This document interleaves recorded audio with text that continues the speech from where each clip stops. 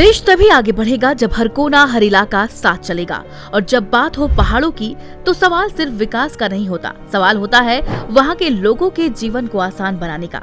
लेकिन क्या कोई सरकार सिर्फ बातों से नहीं, जमीन पर कुछ बड़ा कर रही है? जी हाँ, उत्तराखंड सरकार ने एक ऐसा कदम उठाया है जो न सिर्फ पहाड़ों की अर्थव्यवस्था को मजबूत करेगा, बल्कि वहाँ के युवाओं को उनके गांव में ही रोजगार देने की तैयारी है।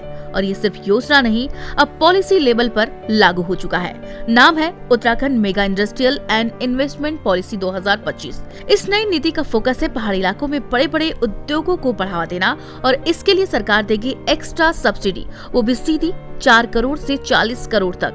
अब सब्सिडी भी 2 कैटेगरी में बटी है, ए और बी। ए कैटेगरी में वो जिले हैं जो पूरी तरह पहाड़ी हैं, जैसे कि पिथौरागढ़, उत्तरकाशी, चमोली, बागेश्वर, रुद्रप्रयाग वगैरह। बी कैटेगरी में वो हिस्से आते हैं जो मिले जुले पहाड़ी इलाके हैं, जैसे टिहरी का पहाड़ी एरिया, नैनीताल के कुछ ब्लॉक्स और देहरादून का चक्राता।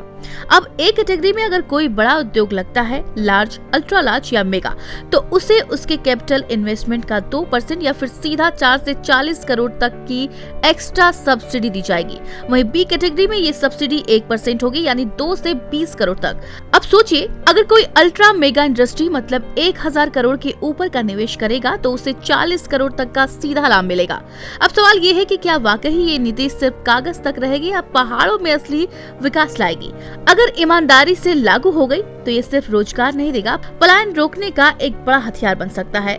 और शायद पहली बार कोई सरकार रियल इंसेंटिव्स के साथ पहाड़ों को सिर्फ टूरिज्म नहीं बल्कि बिजनेस हब बनाने की दिशा में कदम बढ़ा रही है। ये सिर्फ नीति नहीं, एक उम्मीद है।